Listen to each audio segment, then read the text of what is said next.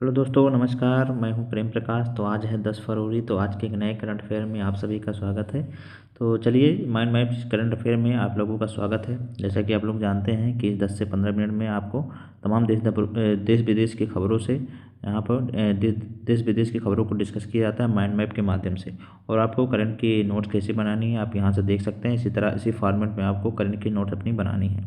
तो आप यहाँ पर करंट की नोट भी बनाना सीख सकते हैं। इसी फॉर्मेट में आप अपनी नोट्स बना सकते हैं कम शब्दों में और कम समय में। तो चलिए, देर ना करते हुए शुरुआत करेंगे हम लोग आज की इस क्लास को। तो पहला सवाल है कि किस देश ने स्वदेशी foot and mouth disease FMD vaccine launch किया। जी हाँ, हाल ही में किस देश ने स्वदेशी foot and mouth disease FMD vaccine launch किया। तो ये इसे लॉन्च किया है हमारे दक्षिण अफ्रीका ने। जी हाँ, दक्षिण अफ्रीका ने लॉन्च किया। पशु स्वास्थ्य संरक्षण के क्षेत्र में 20 वर्षों में पहला foot and mouth disease vaccine पेश किया गया है। तो इसे आप लोग याद रखेंगे।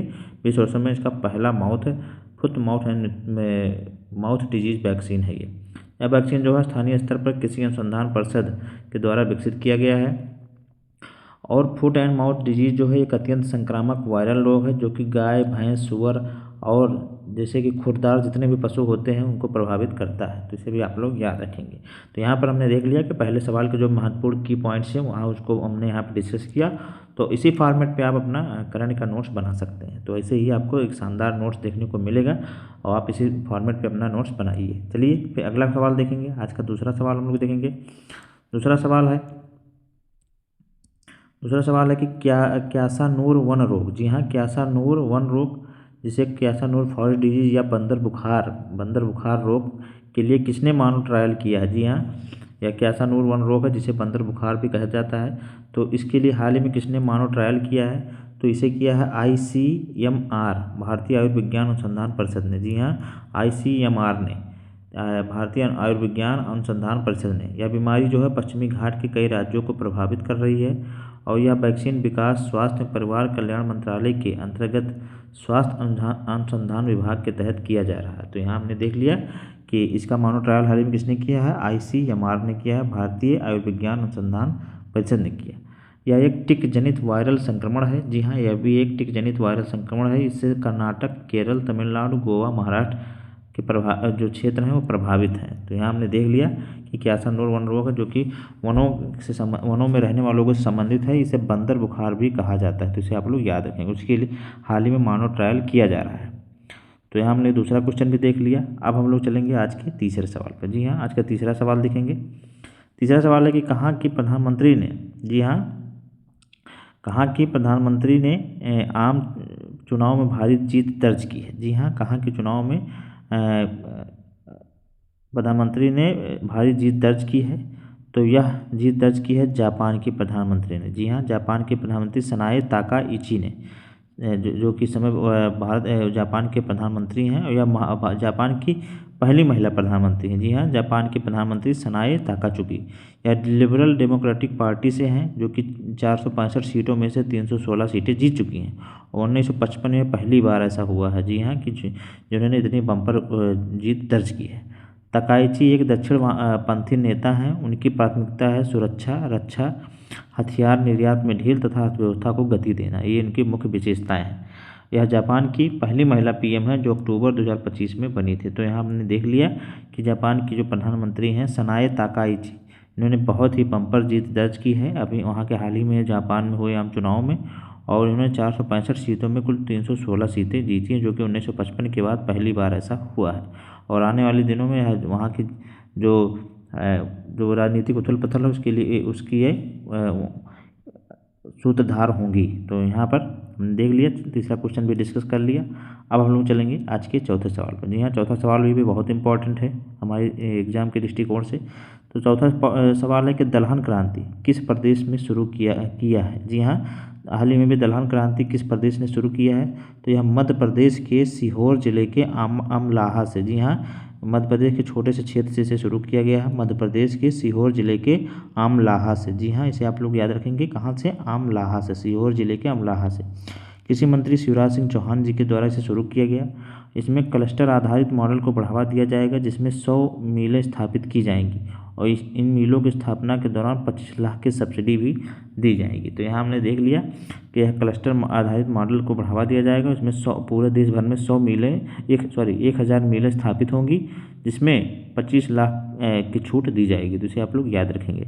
और यहाँ पर 1000 मिलों में 55 मिल अकेले हमारे मध्य प्रदेश में स्थापित की जाएंगी। इसे भी आप लोग याद रख सकते हैं। बाकी हम देखेंगे दालों में आत्मनिर्भरता मिशन की बात। तो यहाँ जी हाँ, इसी मिशन के तहत यह दलहन क्रांति शुरू की गई है। और यह जो दालों में आत्मनिर्भरता मिशन है, इसे प्रधानमंत्री मोदी ने 11 अक्टूबर 2025 से स्टार्ट किया था। जी हाँ, और मिशन वर्ष इसका 6 वर्ष था, 2025-26 से लेकर 2030-31 तक। इसके लिए 11,440 करोड़ रुपये बजट में भी आवंटित किए गए थे।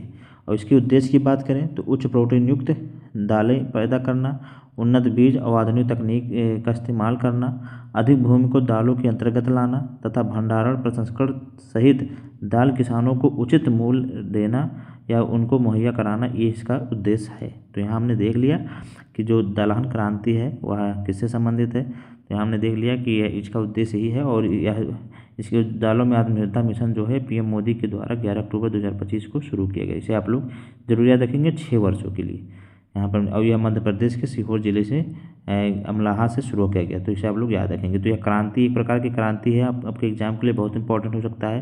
जैसे कि हरित क्रांति थी, आप लोग जानते होंगे 1960 में, 67-68 में जो शुरू हुई थी, 66-67 में।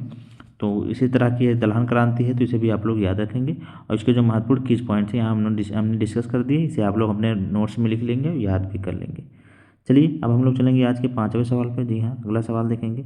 5वां सवाल देखेंगे कि AI इम्पैक्ट के लिए 2026 में किसने 7 चक्रों का अनावरण किया है। जी हाँ, AI इम्पैक्ट 2026 के लिए किसने 7 चक्रों का अनावरण किया है। तो यह किया है भारत ने। जी हाँ, जैसा कि आप लोग जानते हैं कि 16 से 20 फरवरी 2026 में AI समिट होनी है भारत में। जी हाँ, जिसमें लगभग 100 देशों से अधिक देश भाग लेंगे। और यह जो चौथा सम्मेलन है 16 से 20 फरवरी के बीच 2026 नई दिल्ली में आयोजित होगा।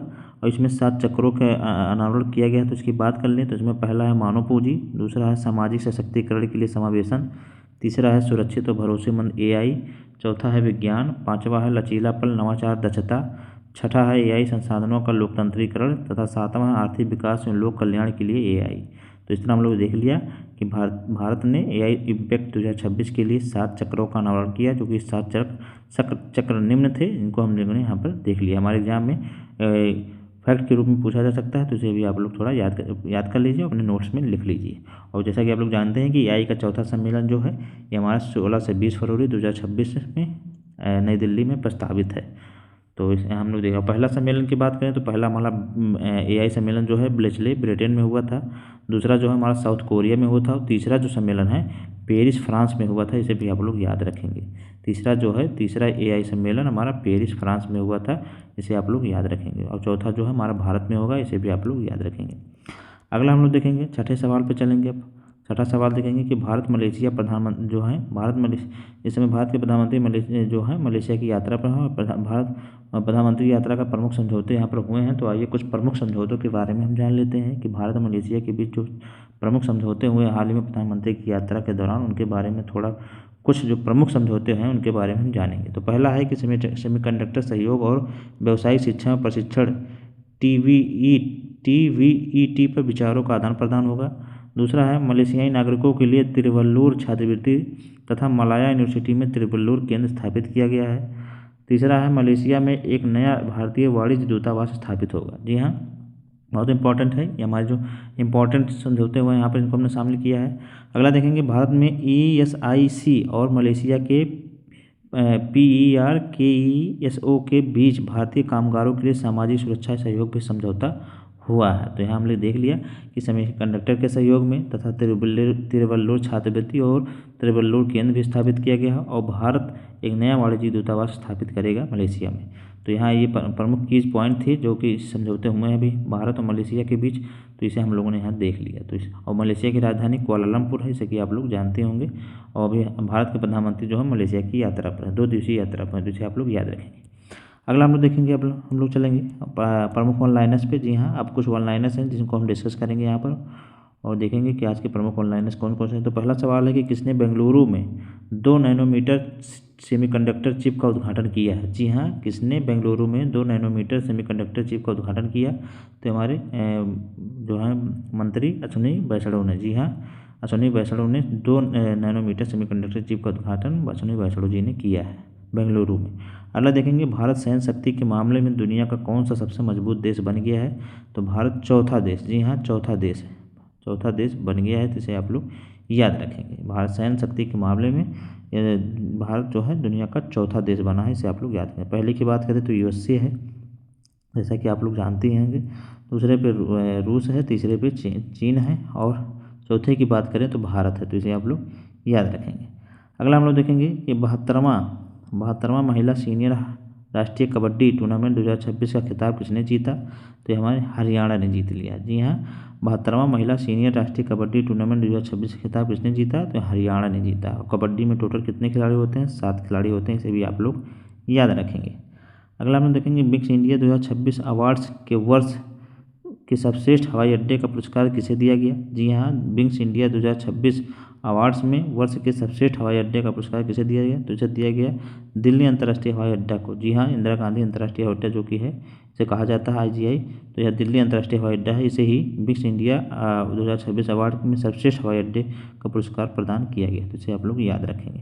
तो ये थे आज के हमारे कुछ करंट अफेयर जिसे हम लोगों ने डिस्कस किया। आप लोगों को कैसा लगा आप लोग ज़रूर बताएं हमारे कमेंट बॉक्स में। यह क्लास कैसी लग रही है आप लोगों को ज़रूर बताएं। यहाँ पर बहुत इंपॉर्टेंट करंट अफेयर आपको इंक्लूड किए जाते हैं जो आपके एग्जाम के लिए बहुत महत्वपूर्ण होते हैं। और आप 10 से 20 मिनट की इस क्लास में अपनी संपूर्ण करंट की तैयारी कर सकते हैं। यहाँ पर कोई बकवास नहीं किया जाता है और आपको वही चीज़ पढ़ाई जाती है जो आपके एग्जाम के लिए महत्वपूर्ण हो। तो आप इस 10 से 20 मिनट के करंट की क्लास को आप देख सकते हैं। और ख़ासकर वो लोग जो कि किसी काम में है, बिजी रहते हैं, या किसी जॉब में है, या किसी कहीं कुछ कर रहे हैं, जिनके पास टाइम का अभाव रहता है, उनके लिए यह क्लास बहुत रामबाण साबित होगी। तो आप ऐसे लोग इस क्लास से ज़रूर जुड़ें और ज़्यादा से ज़्यादा करंट अफेयर कम समय में ज़्यादा से ज़्यादा करंट अफेयर का लाभ उठाएं। तो चलिए फिर हम लोग मिलेंगे नई क्लास में। तब तक पढ़ते रहिए, स्वस्थ रहिए, मस्त रहिए। नमस्कार, जय।